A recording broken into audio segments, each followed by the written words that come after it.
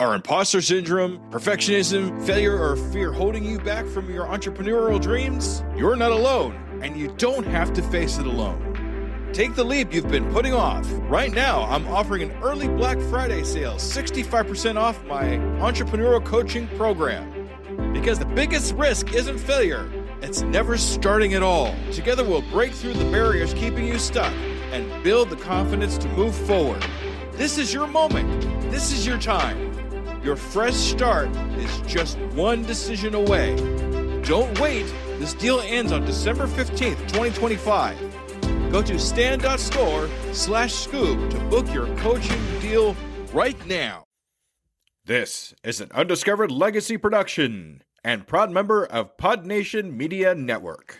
All right, Scoop Believers, let's get across the start line with Jerry Brazie, owner of the kronosgroup.org. Let's go. Everything that you're going to learn, you can't learn enough as an entrepreneur until you go do it. You can't listen to me enough and hear all of my advice, which is helpful to get you started. I can't teach you what you have to go any more than I could lift the weight for you. You have to go lift the weight. And all of the instruction, all of the schooling, all of the inspiration, all of the motivation, all of the videos, all of the books, all of those things will not make you an entrepreneur. You have to go live it. And so there is this disconnect between kind of the dedication that it takes to do this, to build anything at scale, to have employees, to change your future, to do any of these things that are hard. It requires a dedication that people just are unwilling to step over and embrace because they don't think they can do it. And the reality is, in my experience, my vast experience, is that most people can, they just don't, because they don't believe in themselves enough to go do it. Are you ready to unlock your entrepreneur potential? Are you ready to break free from all the barriers holding you back? Then you've come to the right place. Welcome to the Undiscovered Entrepreneur, your first step in getting across the start line. Let's get across that start line together. Right here, right now, on the Undiscovered Entrepreneur. Salutations, Scoop Believers, and we are here again with another amazing entrepreneur. Today we're here with Jerry. Hey, Jerry, how you doing? I'm doing fantastic. How are you? I'm fantastic. Thank you so much for taking the time out of your day to be on the Undiscovered Entrepreneur. Get across the start line. I super appreciate you. I'm happy to be here. Absolutely. All right. So before we get started here, I do have one kind of semi-serious question to ask you. Okay, you ready? Yes, sir. All right, here we go. Are you a Scoop Believer? Yes, sir. I am a Scoop Believer. I love everything that you're doing, particularly in the entrepreneurial space. Anything I can do to help that and help build that up, I'm 100% here for it. All right. Thanks for being a Scoop Believer, Jerry. I super appreciate it. That's fantastic. All right. So right here in the very beginning, what I'd like to do here is get an idea of who you are, what your entrepreneur adventure is, and how you got across the start line in your entrepreneur adventure. Okay, the probably the best place to start for me is just to understand so much of who I am today comes from where I come from. And so I have 8 brothers and sisters. My mother had 6 kids when she was 23 years old, if you can imagine that. She brought home an infant, and then she had a 1, 2, 3, 4, and 5-year-old at home. So 6 kids under 5 years and below. My dad was in and out of the house all of the time working, and so she largely did these things by herself, slept every other day, those sorts of things for a decade, 1 washing machine. We, like I said, very, very poor. And so I'm number 7. They had those 6 kids, and 7 years later, I came along. And so I have a little brother and a little sister. They didn't want me to be an only child. And so I got to watch in that environment that I grew up in, my mother go through what by any standards could just be, it was just an extraordinary life, never complained. She never said a word. I never heard something come out of her mouth. To this day, she's 87 years old. I have dinner with her once a month. She lives on the West Coast. I live in Tennessee. And she's extraordinary. And so my baseline watching that, I see that now as an adult, was really founded in, man, my mother knew how to work, and she knew how not to complain while she was doing it. So I got a job being a poor kid at 11 years old. I paid taxes in 1980 as an 11-year-old, and I've never not paid taxes since. And when I got that job washing dishes at a local restaurant, 6:30 in the morning to 3:30 in the afternoon on Saturday, they would pay me at the end of the day and I could pick whatever I wanted to eat. And so whatever I wanted to eat, in this case, happened to be a club sandwich with the fries in the middle and the 4 pieces. And I thought I'd have worked all day in that busy restaurant washing dishes for that club sandwich. And for me, then that really tied together food and working. And so all of the things that I did relative to business and entrepreneurship comes from the fact that I know how to work. And first and foremost, I got a mortgage on a house at 20 years old. At 20 years old, I didn't know what a mortgage was. I didn't know what an interest rate was. I didn't know what equity was. I had no idea what these things were. I read an article, said you should buy a house. I paid 12.5% interest on an $87,000 house. And I didn't know what it was. I was as uneducated a person. I lived with hookers and heroin addicts in a $25 a week flophouse at 17 years old on the street. I've got stories of violence, and I've been stabbed, shot at, beaten within inches of my life.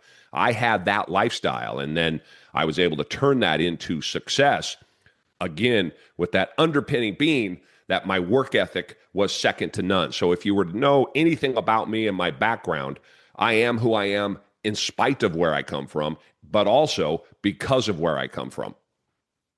What a fantastic story. You've come really a long ways from growing up, being 7 years old and doing what you do, to washing dishes and working for that food. Now, I work in the food industry myself. I'm a server, and I'm the same way too, especially the restaurant I work at. It's amazing food. I'm like, I'd be happy just to eat the food here, but pay is nice too. But that right. Kind of thing. But it's great to be able to always know that you have a meal coming.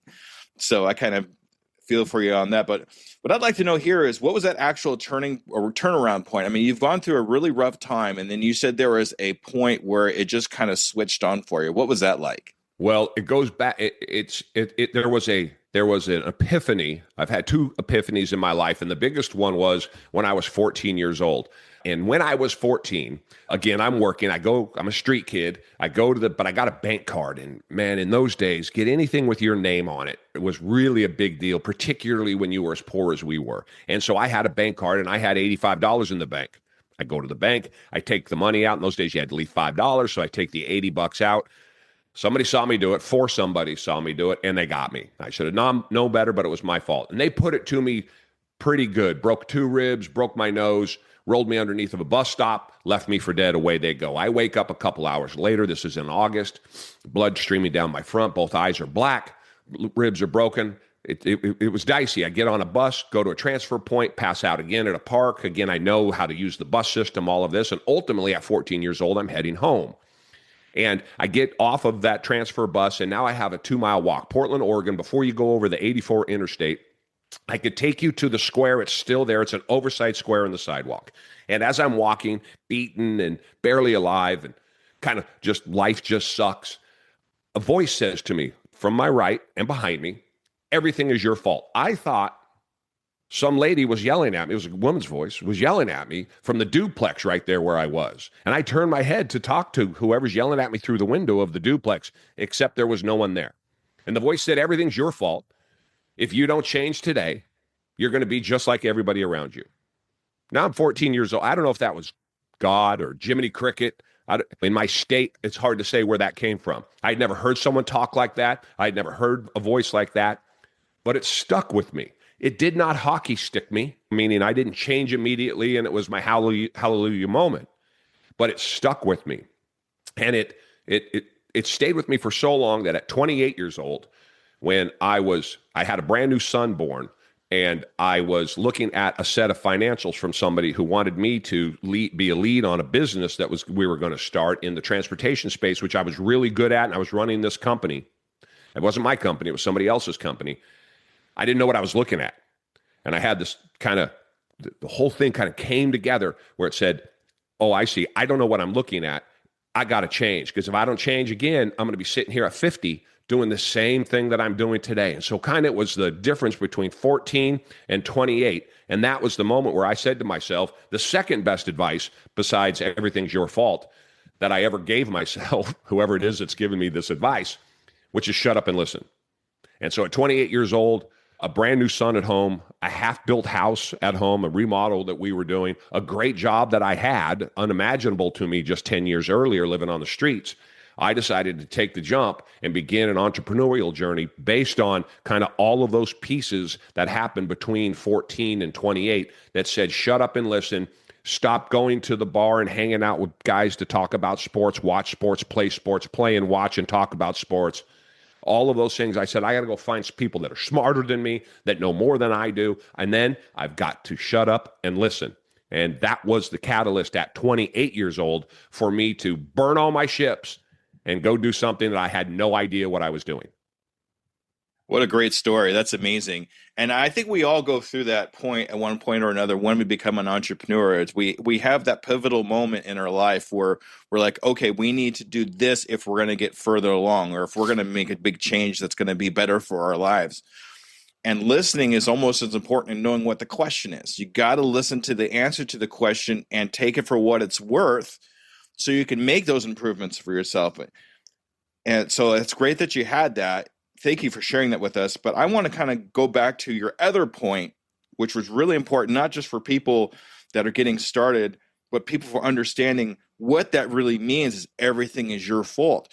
We need to take responsibility for our actions and understand that everything that we do is going to have a reaction in the world.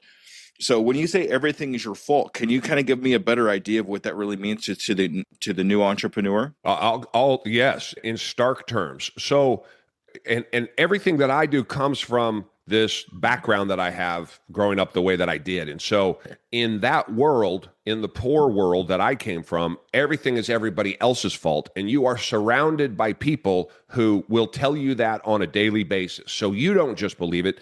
Everybody else around you believes it. Your family, your friends, your community, because I think it's much worse today than it was even when I was a kid, but nobody could get out and nobody wanted you to get out, because if you got out, and by get out, I mean, do the things that I've done.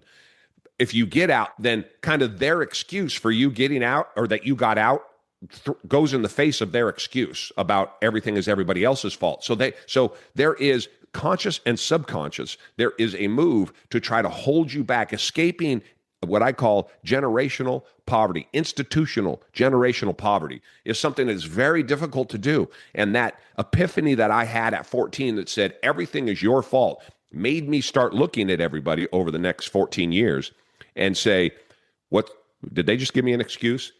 Was that legitimate what I heard them say? So that when I became an entrepreneur, the greatest manifestation of this is I've had mistakes made at my business that I didn't make that cost me six figures. My companies have done, by the way, I bought, built, and sold a dozen businesses, and we're coming up on $500 million in revenue over the last 30 years. So some real 10,000 employees, really big businesses.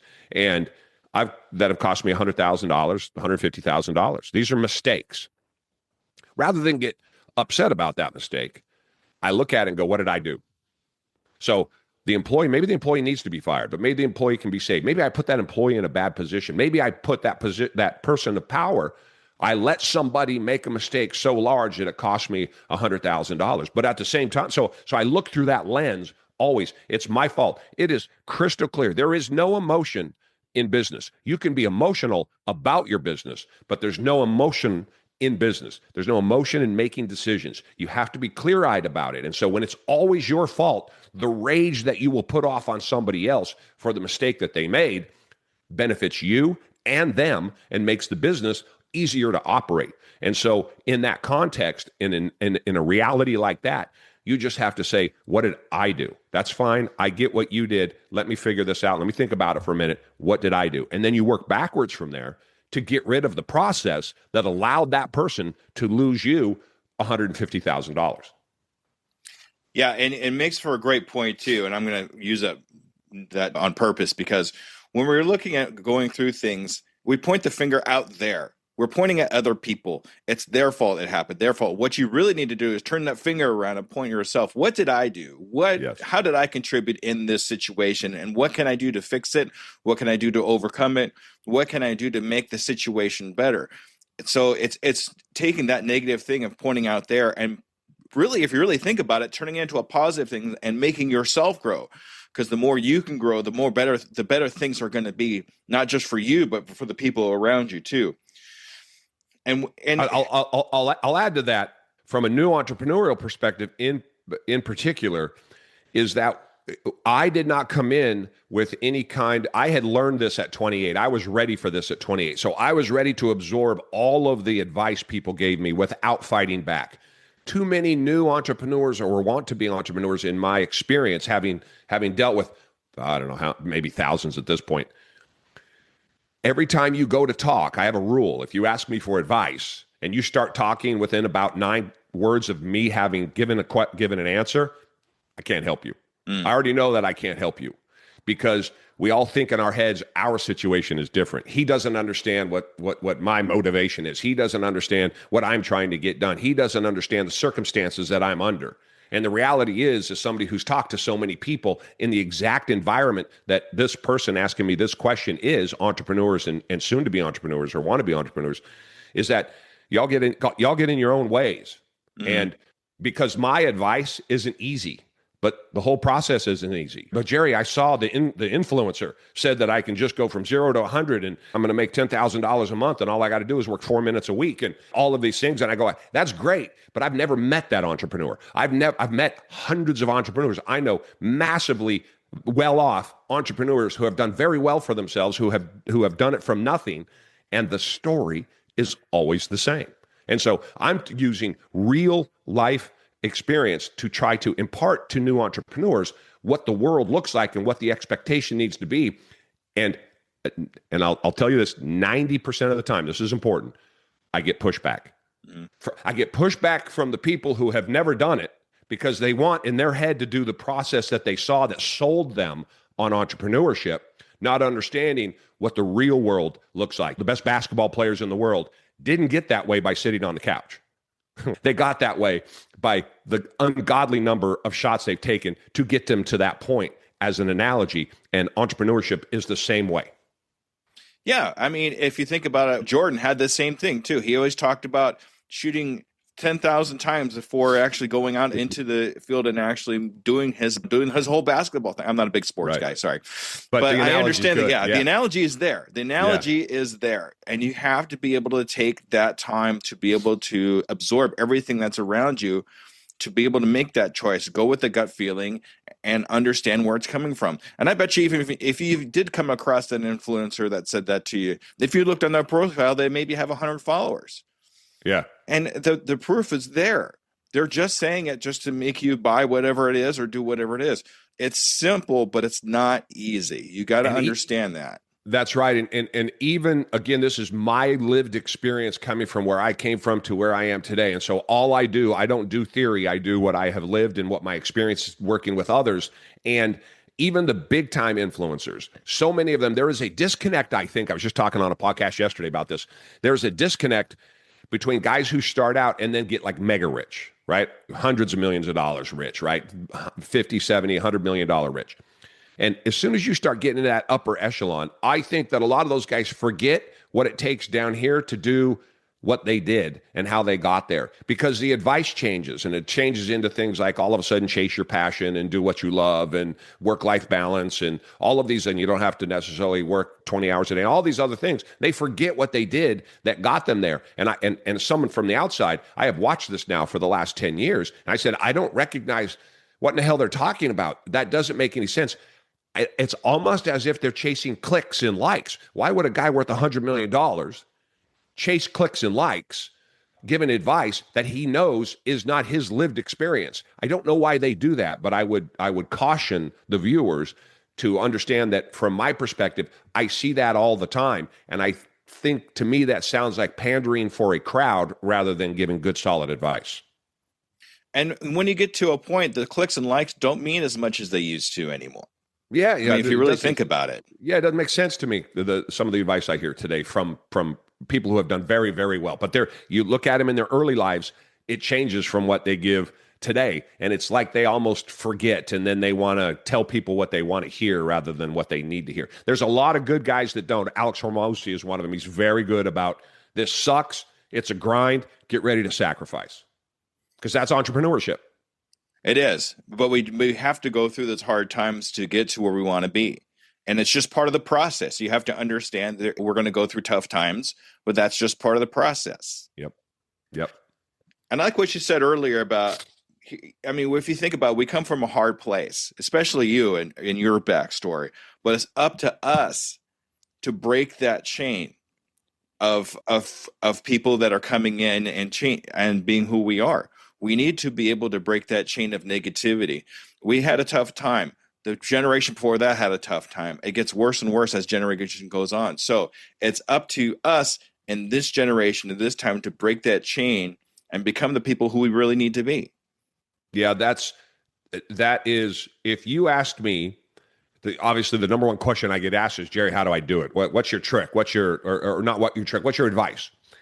And I say that I have a superpower, and that superpower was given to me, I believe, because I have 6 older brothers and sisters, and they're 7 years apart from me. So I got to see how not to behave from my brothers and sisters, my brothers in particular, jail and drugs and all of those things. My sisters get pregnant and all of those things. And not that I avoided getting in trouble and all of that, but it was lessened. It was always in my head that I had the perspective of what happened to those guys. And so as I grew, I turned that ability to watch those guys and behave differently. I never smoked. I never drank. I never smoked because it led to drinking.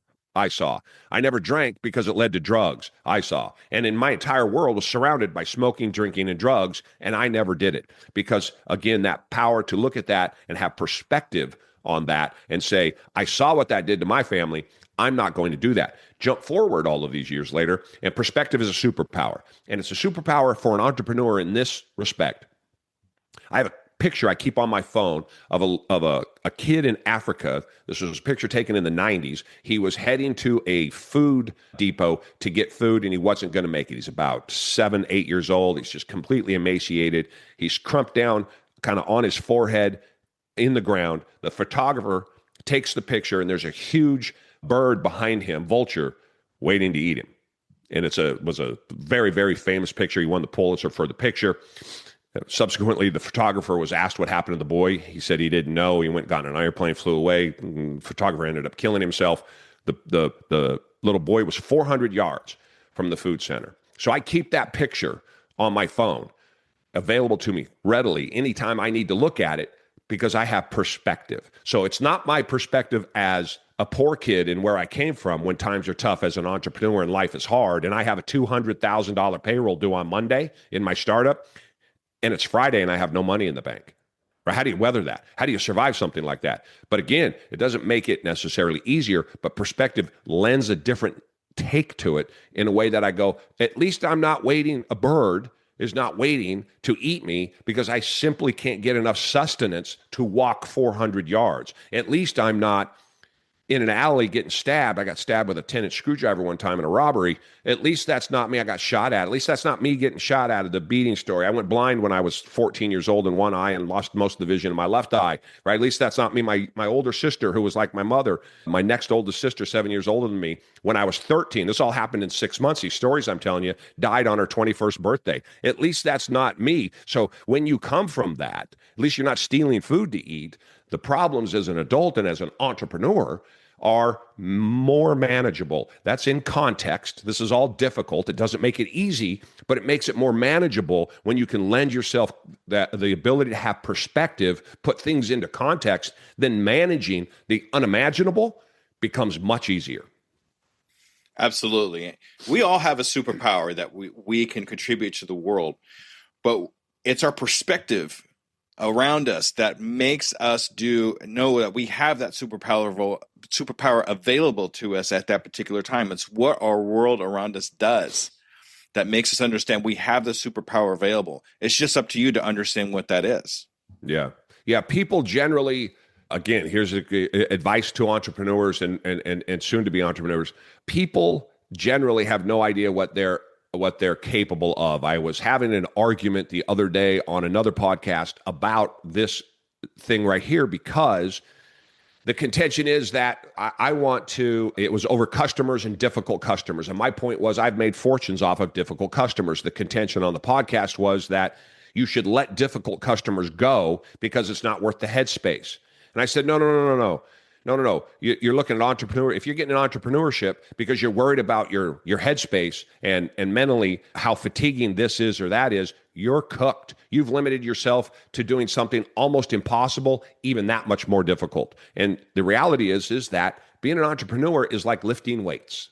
If you go to the gym every day and you lift the same weight every day, you're not going to put on any muscle. You're not going to build up any resistance. Nothing will happen other than you go to the gym and push the weight around. You have to go and you have to work to failure. You have to work to pain points. You have to do that. And then the next time you come back and that pain point isn't quite so painful. And within a couple of weeks, months, and years, all of a sudden, a year ago, what was painful is a warm up. And now you're over here on this end of the stack and you've got bigger muscles. And what was a problem before isn't a problem now. And that is entrepreneurship. If you limit yourself, I'm not going to deal with customers that get in my brain space and mess me up mentally. You're on a losing battle because it's all about building up that ability to do that thing that you can't imagine right now. You have to see yourself doing those things a year from now, and you'll look back on what you're doing now, what you complained about, and you'll laugh about it. But you can't jump from 1 to 2. You can't go from here to there. You got let's use a better one, A to Z. You can't go from A to Z. There's those 24 letters in the middle that you have to go through, and that pretty soon the ones back there don't seem so heavy, don't seem so intense. They don't bother you nearly as much because you've built up the ability to deal with it. And I'm going to have to agree with you on that too. So I don't know what this other guy was talking about on the other podcast, but I got to tell you, when you have a difficult customer, don't just let them go, because a lot of times the difficult customer, if you can actually get through to the other side and make that difficult customer understand what's going on, they become your best friend and sometimes your best customer, because you're able to help them and understand them whatever it was that you were trying to get through. So don't just throw difficult customers aside. Use them as a challenge. Build up that muscle like you were talking about.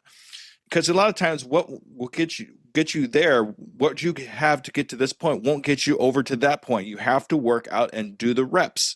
Yeah, I'm going to do the muscle thing again. Do the reps to build up those muscles so you can get out there and do what you need to do.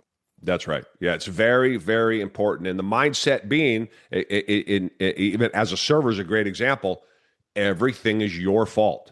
So if you're starting with everything is your fault in dealing with that customer, life is much easier, because now you're not personalizing it between you and the customer, because whatever you've done, no matter how big an a-hole that person is, whatever you've done, you caused it.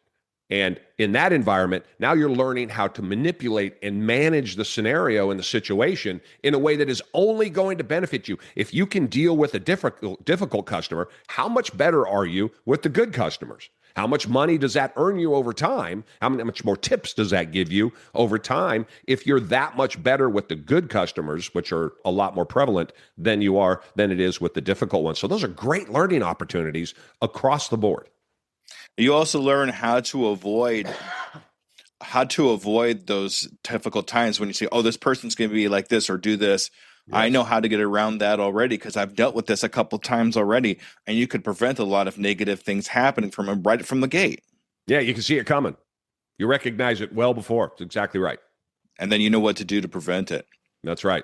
All right. So I'm going to make a little bit of a switch here. What do you think stops from a lot of entrepreneurs from getting across the start line? There's multiple answers to this question, but I'm going to give you the one that I think it's almost cliche, but it's cliche for a reason, because it's true. And it's just simply, they try too much to get everything correct. I'm going to give you both. The two biggest things. They try too much to get everything perfect. So you're trying to do something imperfect or something, you're trying to be perfect in an imperfect world. And it's not reality. As soon as I get X, I'm going to do Y. Okay, well, when's X going to happen? Well, I don't know. It might happen next week, next month, next year. And then come back 5 years later and you still haven't done X. You're waiting on X. Or you hit X, but now there's a new X because the old X doesn't work anymore and the world has changed. I've heard this 100,000 times, I swear, which is that someday I'm going to, they use all the terminology about I'm going to start, but when. So that's number one. And then number two is, and maybe these are connected a little bit, that you're waiting for it to be easy, and it never is. So we're waiting for that inflection point where there's enough savings, there's enough money, there's enough resources, I know enough, I'm educated enough, and it misses the point that everything that you're going to learn, you can't learn enough as an entrepreneur until you go do it. You can't listen to me enough and hear all of my advice, which is helpful to get you started. I can't teach you what you have to go any more than I could lift the weight for you. You have to go lift the weight. And all of the instruction, all of the schooling, all of the inspiration, all of the motivation, all of the videos, all of the books, all of those things will not make you an entrepreneur. You have to go live it. And so there is this disconnect between kind of the dedication that it takes to do this, to build anything at scale, to have employees, to change your future, to do any of these things that are hard. It requires a dedication that people just are unwilling to step over and embrace because they don't think they can do it. And the reality is, in my experience, my vast experience, is that most people can, they just don't, because they don't believe in themselves enough to go do it. When I started, my companies did, the first year I did $4 million my first year in business. But I didn't know, I got to say this, I didn't know that that wasn't something that you did. I knew so little about what I was doing when I started my first company. I didn't know that doing $4 million a year was abnormal. Now it's what's the average company's $600,000 a year out of 30 million entrepreneurs. I didn't know that. My second year I did 8 million, then I did 12 million, then I did 14 million. And so I had all of this revenue, but for those first 2-3 years, I wasn't making any money. So I'm running an $8 million company, just everything going crazy, and I'm not making any money. So I refereed basketball games at night for the first 2.5 years. I worked 18-hour days for the first 10 years. Whatever I had to do, I would work 10, 12 hours a day on the job, and then I would go referee 4 or 5 hours a night at basketball, doing adult leagues, 9 games on the weekends, just to keep my lights on, paying $25 on my electric bill so that they didn't turn off the $100 electric bill that I had, just feeding them just enough. I mean, that's how I did running this big company. I had 130 employees at the time, and I didn't make enough money to feed myself because I was building something. So what are you willing to do? But so many people would look at that and go, that's crazy. I'm not going to do that. Okay, that's fine. It's another thing to say, that's crazy. I can't do that. Because until you go and do it, until you're building something for yourself, until you're building a future, until you're changing that institutional abject poverty that I grew up in, until you have a drive to go do that, till my son was born at 28 years old, and it changed my life and made me look at the world differently. Then I realized, man, I can crack an atom. I'm going to go at this like nobody's ever seen. And I learned what I was capable of, and it blew my mind. And so I think that we try to get all of that experience without having to go through it, and we listen and watch and learn from people who tell you you can do that, and it's a lie. Exactly. And you hit one of my hurdles of stop to perfectionism. We wait for the perfect time for it to happen. But that perfect time is not on the calendar. It's not there. So let's not wait for the perfect time for it to happen. Let's just do something now, even if it's small, or even if you think it's going to be insignificant. It's something towards that goal. I had a gentleman named John Lee Dumas on my podcast, and he's kind of equaled it to being a coward. You're hiding behind perfectionism because you just don't want to actually put something out there. So you keep changing it, you keep tweaking it, and it's not quite ready yet. No, that is wrong. Put something out there and see what happens. I love saying that. Let's just see what happens and let it grow from there. And going through those hard times, even when you were doing those millions of dollars, but still not paying yourself yet, you were growing something. You were still going through those hard times because that's what you thought you needed to do. That was your perception. So the change of perception is when you had your child. And when you change your perception, everything changed around you. We'll just go right back to perception again of your world. Yeah, I'll go back. I don't know that I would call it cowardice. And here's why. Because everybody has it. It's ingrained in us to be careful. We don't go into 1,000 years ago, we didn't just walk into the cave, right? You do a lot of things before you get to the cave to make sure there's nothing in the cave that's going to bite you. And I think that cowardice to me denotes that I'm aware of something and I didn't do that. I shied away from it out of fear.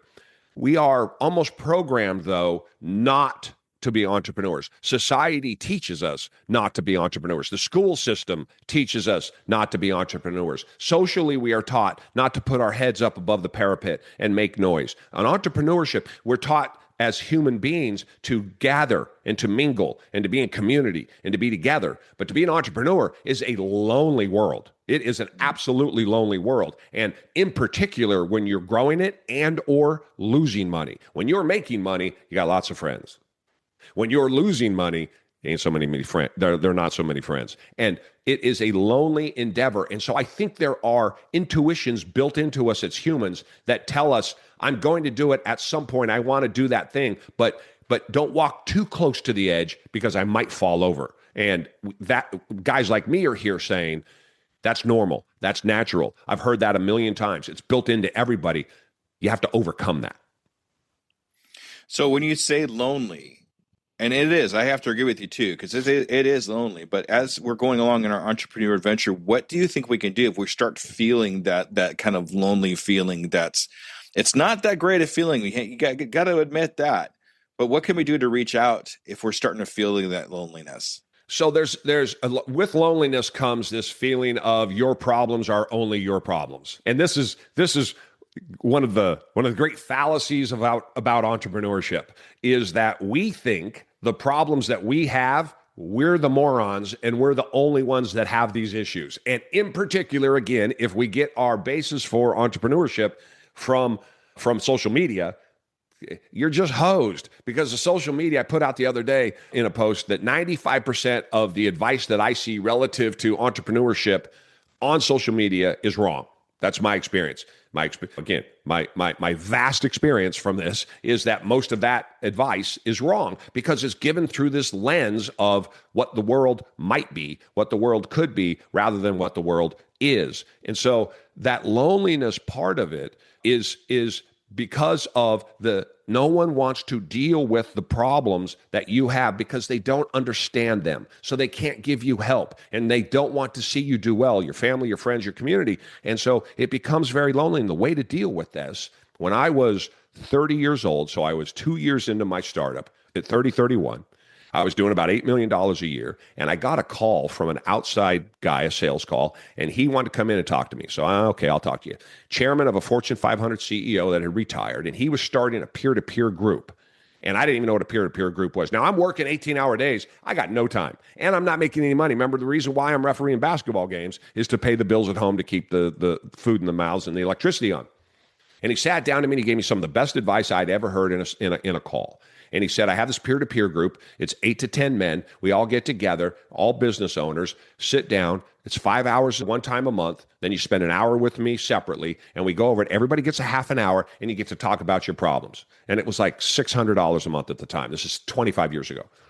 And I was like, man, I ain't got time for that. I don't know what you're talking. I barely got time to sit here and talk to you. And he said, you can't afford not to. And I said, and it's $600 a month, right? He said, yeah. I said, I'm working at night to keep my lights on at my house. I can't do that. He said, no, you can't afford not to. And the reality was that I didn't know that in that group, I sat there, took my advice, my 2.5, don't say anything, shut up and listen advice. And I sat for 2.5 years in that group. And I didn't say a thing. I just let them talk. And I was amazed that there are all these other guys who had the same problems that I did. I thought I was an island to myself.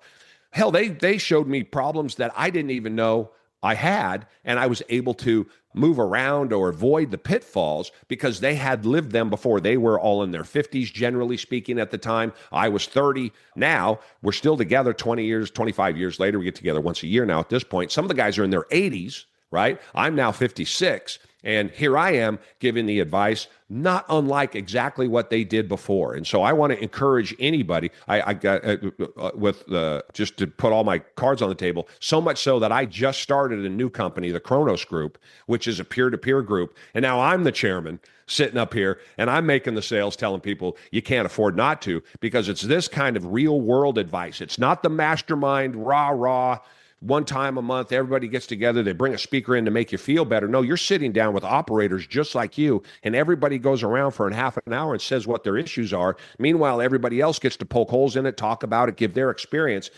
And so you're bringing the wisdom of the crowds to bear to help you grow. That business, I'm sitting here today because I joined that peer-to-peer group. That's a long-winded answer to your lonely question. Surround yourself with people who have the same or who have the experience you're having or have had the experience that you're going through. Don't surround yourself with people who watched videos, read books, saw an Instagram post. Those people can't help you. It's like going to a trainer. Again, I'll come back to the weightlifting. You don't want to go with the overweight trainer. You don't want to go with the out of shape trainer. You want to go with the guy who looks like what you would like to look at, or at least what you aspire to look at, because he's going to have the secrets you need if you're serious about doing that. And so the answer to your question is a peer-to-peer group like mine, the Kronos Group. Happy to have you. Look it up, kronosgroup.org. But really, a mentorship. I say all the time, I just put it out yesterday on X. I said, call me for anything. I dare you to call me, because entrepreneurs or want to be entrepreneurs, they don't call because they don't want, I think, because they don't want the answer to the question, or they're reluctant. They think, oh, he's going to sell me something. I don't know how many times I can say, I won't sell you anything. Just call me. Ask me for some advice. I love the game of business. And most entrepreneurs, business owners that you know, love the game of business. And so there's this vast group available to us, this massive amount of information available to almost anybody. Just go up to your local restaurateur, ask to talk to the owner, and ask the owner what his business is about. I promise you, he'll be sitting there an hour later.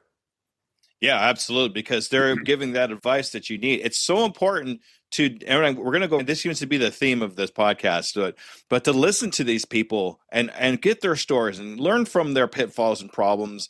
That way you're prepared for those things if they come about in your entrepreneurial adventure. I mean, this doesn't get any better than that. Yeah. I mean, why, again, if we'll go back to the basketball analogy. If you want to learn how to shoot a basketball and Michael Jordan can teach you, why, or any professional basketball player, why would you listen to him as opposed to the guy next door? Right? You'd Go listen to the pro. You wouldn't listen to the guy next door. All right. Fantastic. Look for that peer-to-peer group. And we'll actually have that in the show notes if you want to look up your peer group that you have going. But don't just think about that. Just find something somewhere where people are experiencing similar or same things that you're experiencing too. You can find it anywhere. Facebook groups is a good free place to go. It's a good start. I probably wouldn't put too much stock into it, but if you have to start somewhere, that's usually a good place to start.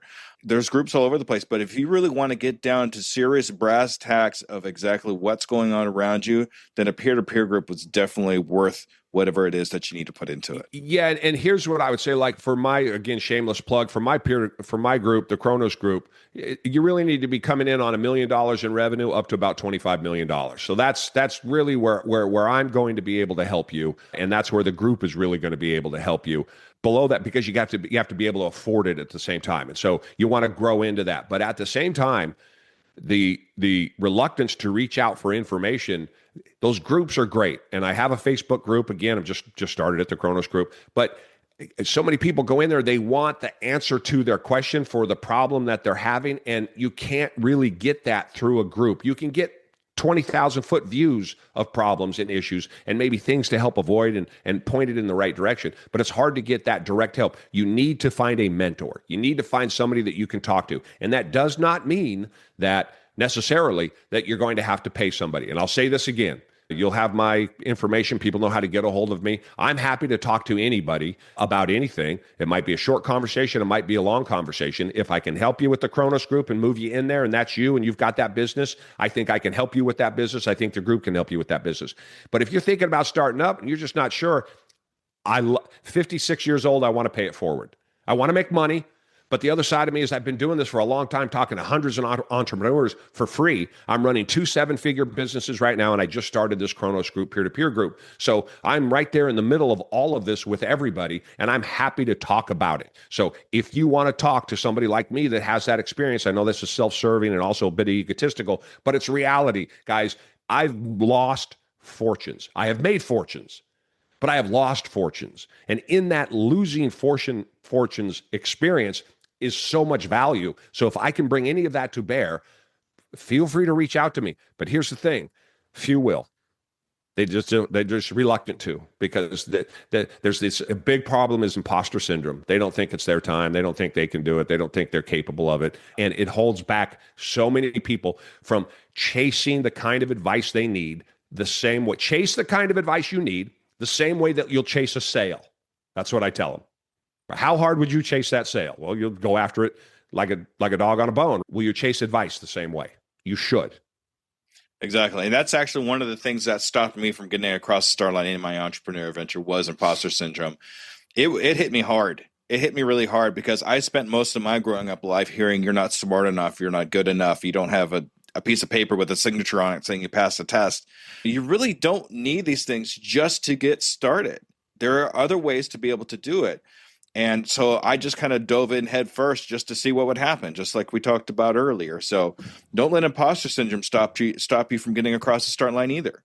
I'm a 15-year-old dropout from the streets with, again, I didn't know what a mortgage was when I bought a house. I didn't know what an interest payment was at 20, 21 years old. I didn't know what equity in a house was. I had no idea what any of those terms meant. And so the belief that you need to somehow, it is a lie. We are being lied to. The belief that you somehow need some sort of an education to get it. I've never, in my 10,000 hires, I've never hired somebody and asked them what that piece of paper, what the name on it was. I've never asked them whether they graduated. I've never asked that question. How in the world did I get this far without ever worrying about what somebody's education was? I want street smarts and common sense. If I could have all street smarts and all common sense, I would. I mean, obviously, if you're hiring a doctor or something, but we all know what I'm talking about here. Street smarts and common sense. That is the most valuable thing to have in a business. Now, let me tell you about imposter syndrome. To this day, as I'm sitting down to do this podcast with you, and I do these all of the time, as I sat down, I'm saying to myself, what in the hell does he want to talk to me for? What do I know? Right? I'm a poor kid from the streets, right? I got stabbed with a 10-inch screwdriver. I don't know, in a robbery outside of a bowling alley. What do I know? I don't know anything. I'm just a moron, white trash from the inner city of Portland, Oregon. I don't know anything. And that's that imposter syndrome in my head that tells me that all the time. Now, obviously, you can see I sit down here, and that's why I'm pretty effusive talking about the information that I have and the experience that I know, because in my head, it's saying, you don't know anything. You're not good enough to do this. You shouldn't be going to this. Is after hundreds of millions of dollars in revenue, dozens of businesses, all kinds of success, all kinds of failure, crawl out of the gutter, get where I am today. And I'm sitting here talking to you. And when you and I sit down, I'm fine. But when I hang this up with you, I'm going to go, oh man, I'm such an idiot. So it's a real thing, and it has to be battled. And I fight it every single day. You couldn't tell by talking to me, but at the same time, I absolutely came in this going, I don't know why this guy wants to talk to me. What do I have to offer? Well, I feel that if you don't feel at least a little bit of imposter syndrome, then you're not really pushing yourself. I think that's true. If you're in that comfort zone and like, oh, I can do this, I could talk, this is no problem, like, then you're not really pushing yourself to grow into something that's going to make you bigger or better.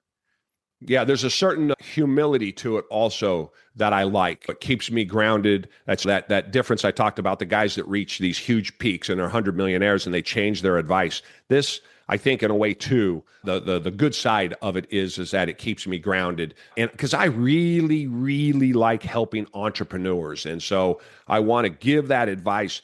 I want them to take the advice in the way that's intended. And as soon as I feel like I'm over my skis a bit too much, maybe then the advice isn't going to be as so well received. So I think that's true. I think there's a humility to it that I embrace. Fantastic. Thank you so much. Jerry, I have this thing that I do with all my guests. It's kind of for tradition, but in 6 months, where do you see yourself and your company and what you're doing? Do you have a 6-month goal for yourself? I don't have a specific 6-month goal for myself, but I can tell you, I can break it down. I have a transportation business that I've been running now for 30 years, and I expect that to continue and grow, and there's good things happening on that front. I have a large subdivision. I'm in real estate that I am working, and I've been working on that forever. So I expect to be done with that subdivision in 6 months and hopefully beginning to build out of it and build houses. And so I'm working hard on that, and that's something that's in the works. And then really, I think to answer your question more specifically, that's kind of the things I've been doing. The Kronos Group, Kronos, kronosgroup.org is my new peer-to-peer. This is the first time. My advice to any entrepreneur is do not do what you love. Do not chase your entrepreneurial journey doing what you love. I give the advice at the end of all of my podcasts, which is opportunities are everywhere. You've got to go get them. And every one of those hundreds of millions of dollars of revenue that I have generated, every single one of them has been generated by not doing anything I was passionate about. I worked passionately on them. I just figured out ways that I just figured out things I could do at a profit and sell to other people better than other people could. And so then I can take that money and I can go do the things that I'm passionate about. If I wanted to be a florist and I was passionate about florists, but there's 10 florists in my town, so the competition is super high, you're limiting yourself and you have your head down and you go, I'm going to go do this thing I love because this influencer told me that life is too short and you got to do what you love. And that's just not reality. Being an entrepreneur is very, very difficult. And if you're going to pigeonhole yourself into something that's already very, very difficult to do, it's going to make it that much harder. So I say, figure out something you can sell profitably. Having said that, I've done all of these things that I've done, and the peer-to-peer group, which I'm passionate about, it's a pure passion play. It's a money-making play, right? I don't want to make it sound like it's not, but at the same time, it's the first business I'm starting, doing something that I'm passionate about. So 6 months from now, I'm putting my first group of 10 guys together now. So I'm just building it literally as we're speaking. And if 6 months from now I had 2 groups, I'd be over the moon. Nice. That's awesome. So what I'd like to do with you, Jerry, if that's okay, I'd like to follow up with you in 6 months. Sure. Have another interview with you just like this and see how you're doing in your transportation business, your real estate, and see if you've actually gotten 2 groups together for your Kronos. Is that okay? I like that a lot. Oh, I like that a lot. Yeah, that's a good challenge. I like that. Yeah, that's great. That's right where I live, right there in that competitive land. I like that. That's right, because you're not just accountable to me now. You're accountable to all my school believers out there, okay? Yeah, I like it. I wouldn't want to let them down either. Don't let down the school believers, my friend. That's right. All right, Jerry, this is your time to shine. I know you've kind of said it a couple of times, but this is the official time to kind of tell us, how do we get a hold of you? How do we get a hold of all that good stuff? How do we get into Kronos? Okay, ready, set, go. Here we go. Okay, so the Kronos Group is the Kronos group.org. Just go to the website. There are a million ways on that website to get a hold of me. Click one of those links and reach out to me. Schedule a time. You can do it automatically through the website, and we can talk about it. If you are in that coming up on $1 million in revenue to $25 million in revenue, and you are going at it alone, the best advice I can give you is you need to join a group. Now, self-serving, I want you to join my group. I think that I can help you. But at the same time, understand what you're getting into when you're joining a group like this, and really like anyone, which is we all want everybody to do well. It's not a hand-holding group. It's not a men's group. It's not a feel-good group. It's a group of operators with a ton of experience that are going to bring that to bear to help you make more money. I have never walked into a business, no matter how well ran it is, that I wasn't able to find five more points of margin.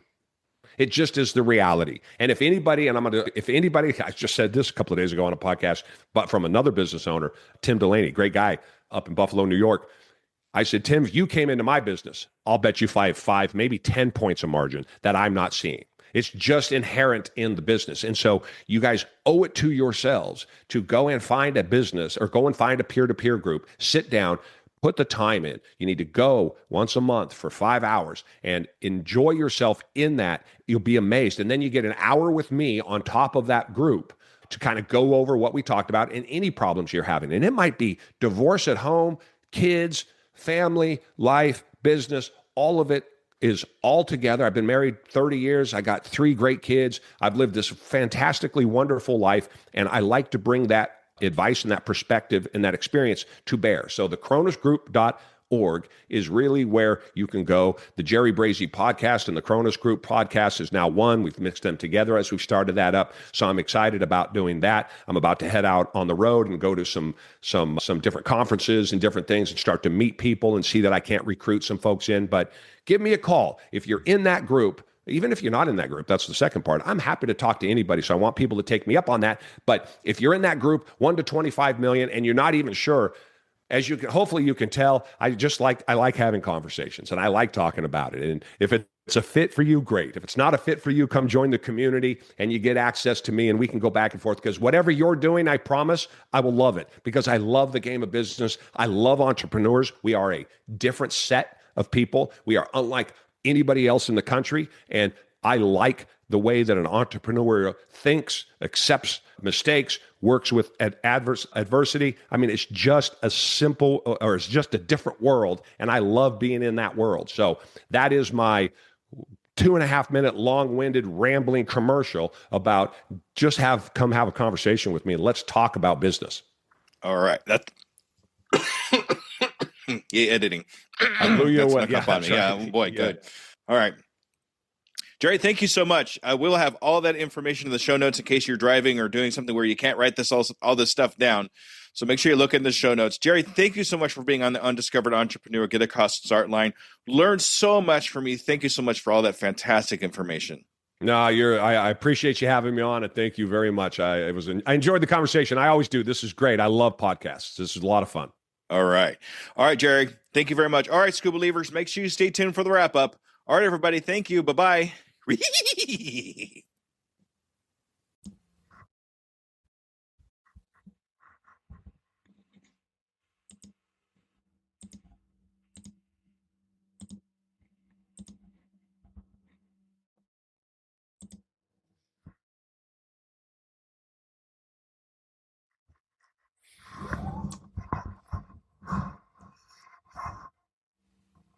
All right, Scuba Believers, that was Jerry Brazie. I got to tell you, there was a lot of great stories in that one.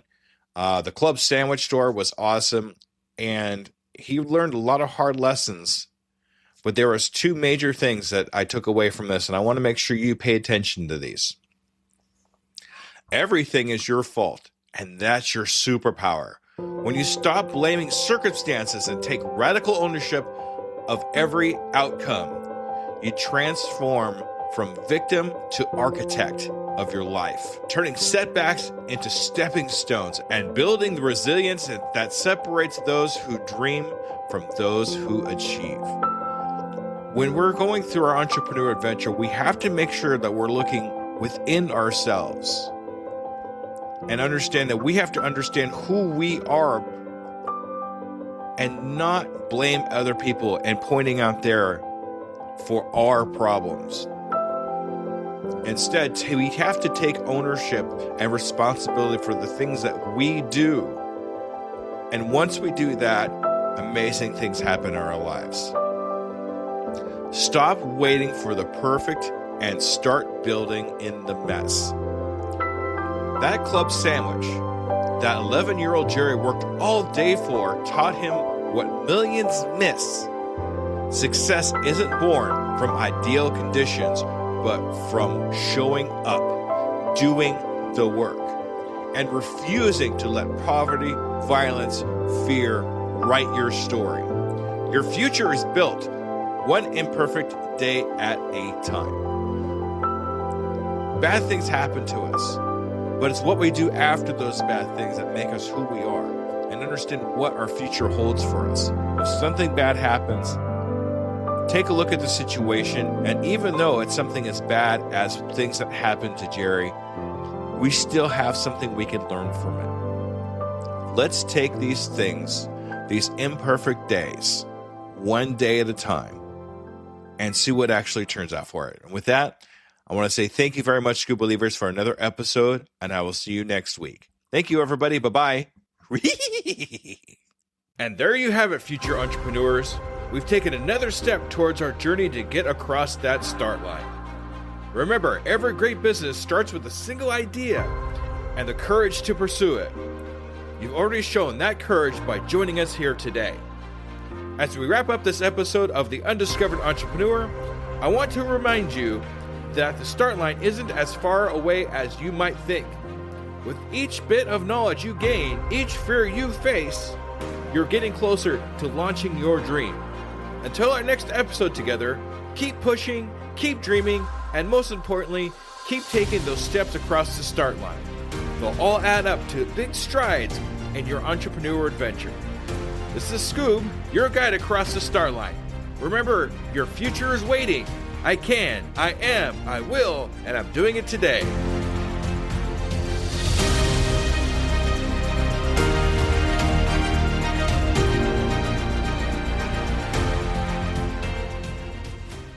Do you find yourself faltering when speaking in public? You definitely know what you're talking about, but you just can't seem to get over the horrific fear, and imagining people in their underwear is just not working. Whether you're gearing up for a big presentation or just looking to improve your daily communications, Leslie Fiorenzo is your go-to resource for mastering self-promotion, facing your audience fearlessly, and communicating with authority. Don't miss out on your opportunity to elevate your game. Contact Leslie for your Enzo now, or go to tuepodcast.net/speak to step into the spotlight with confidence. Your adventure and public speaking mastery starts here and now. Don't wait to get your voice heard. Book your free consultation at tuepodcast.net/speak to start your adventure in speaking excellence today.